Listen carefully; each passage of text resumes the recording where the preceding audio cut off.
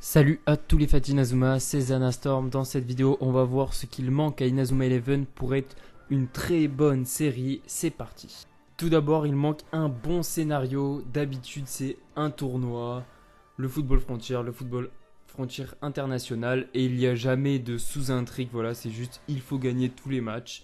Et c'est quand même un peu limite pour une série. Il faudrait qu'il y ait vraiment de meilleures choses. Il devrait aussi rajouter des sous-intrigues. Par exemple, dans Go Chronostone, on avait la sous-intrigue avec Faye, bah, c'était très bien. Il devrait aussi arrêter de trop tout expliquer et laisser cours un peu à notre imagination pour nous laisser faire un peu des théories. Parce que là, essayer de faire des théories sur Inazuma Eleven, c'est impossible. Tout est expliqué. Il devrait aussi être moins prévisible. Que par exemple, je sais pas, il fasse perdre Raymond ou Inazuma Japon. C'est vrai quoi, il y a eu maintenant 8 saisons et c'est toujours l'équipe principale qui a gagné. Enfin maintenant on s'y attend, il devrait faire, je sais pas, une saison où ils perdent en finale, je sais pas. Gros coup de théâtre, tu vois, hop, ils perdent et voilà, c'est ça, parce qu'on peut pas tout le temps gagner. Une défaite, pourquoi pas, tu vois. Tu vois, il faudrait qu'il fasse des trucs inattendus, genre hop, Shaun se blesse en finale, il ne peut plus jouer au foot de sa vie. Et pourquoi pas, ce serait tellement énorme, tu vois, pour la dernière saison, par exemple, dans la saison 3, le tournoi international, hop, Shaun ne peut plus jouer. Bon, je dis Shaun, ça peut être n'importe qui, Mark Evans, Axel Blaze, bon, peut-être pas Mark Evans, mais on s'en fout, tu vois, ils refont pas de saison avec Shaun. Ça aurait été tellement bien qu'il y ait un truc comme ça, tu vois, ça aurait fait du sensationnel et ça aurait été vraiment cool. Il faudrait aussi qu'ils mettent plus de tristesse, je sais pas, qu'ils fassent peut-être des morts, bon là c'est peut-être un peu trop. Mais je sais pas, il y avait Sol, Eric, tu vois, t'avais des mecs comme ça qui sont blessés. Et à chaque fois, par exemple avec Sol, hop, directement derrière, pour consoler tout le monde, ils ont fait une saison Go Chronostone où du coup il y avait Sol. Donc c'était un peu décevant. Pourquoi ils assument pas et pourquoi ils ne font pas de Sol une légende, tu vois. Ils auraient pu par exemple faire jouer Sol dans l'équipe de Raymond, par exemple le faire jouer en demi-finale.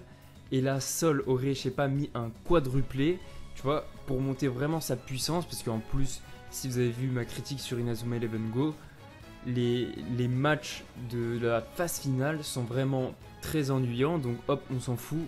La demi-finale, on la sacrifie. Sol marque 4 buts, tu vois, quitte à ne pas avoir de suspense.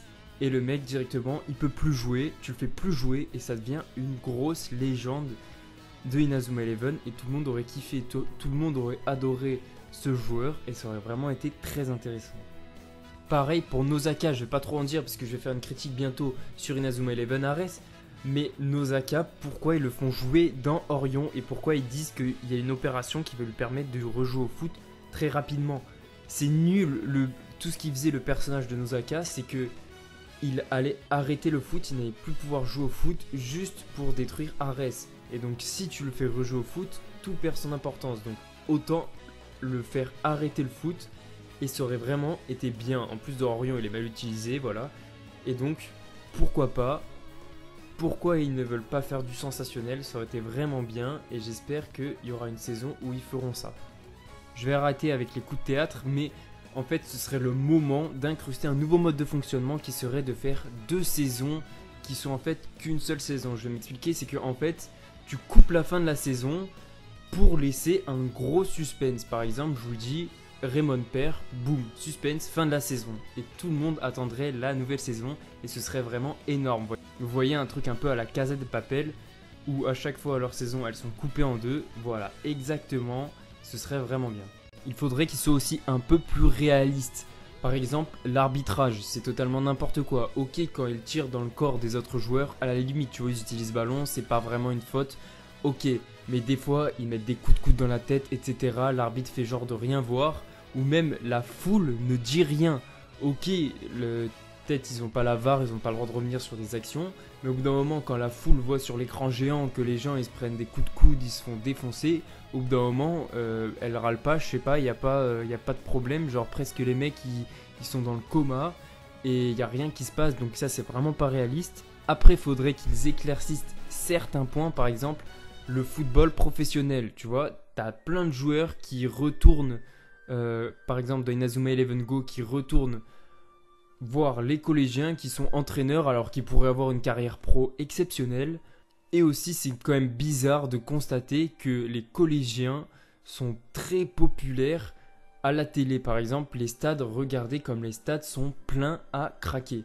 C'est un peu bizarre, vous voyez, c'est pas très réaliste. En plus, ce serait facile de dire que par exemple dans Inazuma Eleven, les jeunes sont meilleurs pour faire des techniques et du coup c'est plus impressionnant de regarder les jeunes. C'est pour ça qu'il y a plus de gens dans les stades. Ça prendrait combien de temps d'expliquer ça? Ça prendrait 10 secondes, tu vois, au début de la première saison. Hop, ils te mettent ça et ok, tu te poses plus de questions. Mais non, ils le font pas et c'est quand même assez dommage.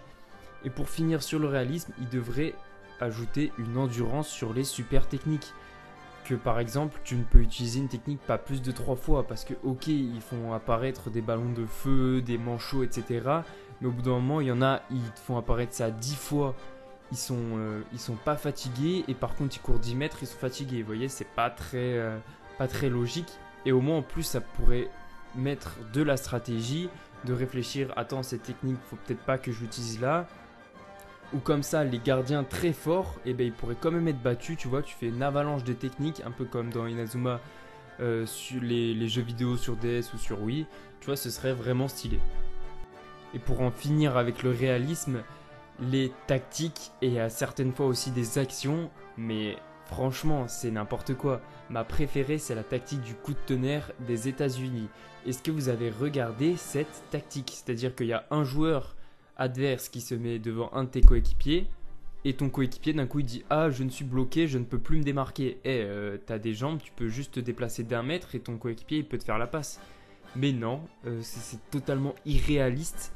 Il suffit qu'un adversaire se mette devant toi et hop, ils ne peuvent plus bouger, ils ne peuvent plus faire d'appel. Enfin c'est n'importe quoi. À chaque fois ça m'énerve vraiment qu'ils arrivent à faire des tactiques aussi débiles. Bon non, en fait, j'avais oublié encore une dernière chose sur le réalisme, c'est qu'il faut arrêter de sortir des techniques du chapeau. Par exemple, déjà les techniques combinées. On se rappelle tous la tempête du tigre, combien de temps ils ont mis pour la mettre au point.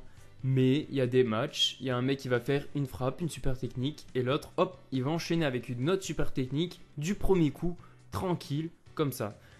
En plus, il y a d'autres fois où ils s'entraînent juste une soirée et ils maîtrisent une technique. Je vais pas citer puisqu'il y a plein de fois où c'est arrivé. Il y a des gens, ils arrivent à maîtriser une super technique par exemple, Kevin avec le choc du dragon, c'était en 2 jours. Alors que Mark Evans, la main céleste, c'est 10 ans il a mis pour réussir la main céleste. Donc c'est totalement n'importe quoi. Et c'est comme par exemple aussi les améliorations de super techniques. Donc ça c'est pas dans toutes les saisons. Mais par exemple les V2, V3, vous voyez ce que je veux dire? Ça c'est sorti du chapeau. En fait ils ont juste à annoncer qu'ils améliorent leur technique et hop, elle est améliorée. Enfin en un claquement de doigts. C'est un peu n'importe quoi. Donc ça faudrait qu'ils enlèvent ce système. Là je vais vous sortir quelques trucs en série. Par exemple les persos principaux qui sont vraiment pas ouf. Je pense à Arion et à Sony, je crois qu'il s'appelle. Bon, en VO, c'est Tema et Asuto. Vraiment, ils sont nuls. Enfin, on s'était habitué à Mark Evans, Axel Blaze, on passe à ça. Enfin, n'importe quoi. J'aurais préféré presque qu'ils te mettent pas perso principal à la place d'Asuto. Parce que vraiment, c'est décevant, quoi. Ils auraient pas du tout dû en mettre. Aussi, t'as les animations. Là, je parle dans Ares et Orion, évidemment, qui a été beaucoup critiqué. Ce qui est énervant, c'est que le nombre d'animations qui sont ratées, il n'y en a pas beaucoup.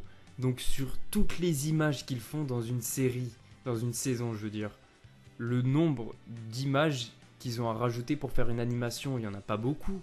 Pourquoi ils arrivent à gâcher ça alors que c'est, je sais pas, c'est 0,1% de leur travail? Et en gâchant ça, ben hop, il y a des animations ratées. C'est quand même de la déception. Après, j'aimerais aussi qu'ils rajoutent plus de pression dans les matchs. Tu vois, quand il y a la finale, qu'on sente vraiment qu'on est en finale, tu vois. T'as pas l'impression à chaque fois que... Dans les premières saisons, par exemple, avec Zeus, c'était assez bien ressenti. Mais par exemple, je pense à Ares, je pense à Orion, qu'on n'a pas l'impression, on a l'impression qu'on est encore dans les poules, en fait. Il y a vraiment, ils devraient faire, je sais pas, un jeu avec le public, vous voyez, qui mettent des réactions du public, qu'il y ait des personnages qui viennent les voir pour les encourager, etc. Je ne sais pas, mais au moins qu'on sente vraiment cette pression. Aussi, il faut arrêter les matchs où il n'y a que des duels de super techniques. C'est-à-dire qu'il y a machin qui fait une technique de tir, le goal l'arrête, contre-attaque, technique de tir, technique d'arrêt. Vous voyez ce que je veux dire? Ça, c'est vraiment inutile, on s'ennuie. Donc, il faut vraiment qu'ils fassent des matchs plus rythmés, je ne sais pas. Je ne dis pas que c'est dans tous les matchs, mais il y a certains matchs où c'est ça, et vraiment, c'est nul. Et donc, il faudrait qu'ils mettent, je sais pas, un petit scénario dans le match, quelque chose, des tactiques, etc.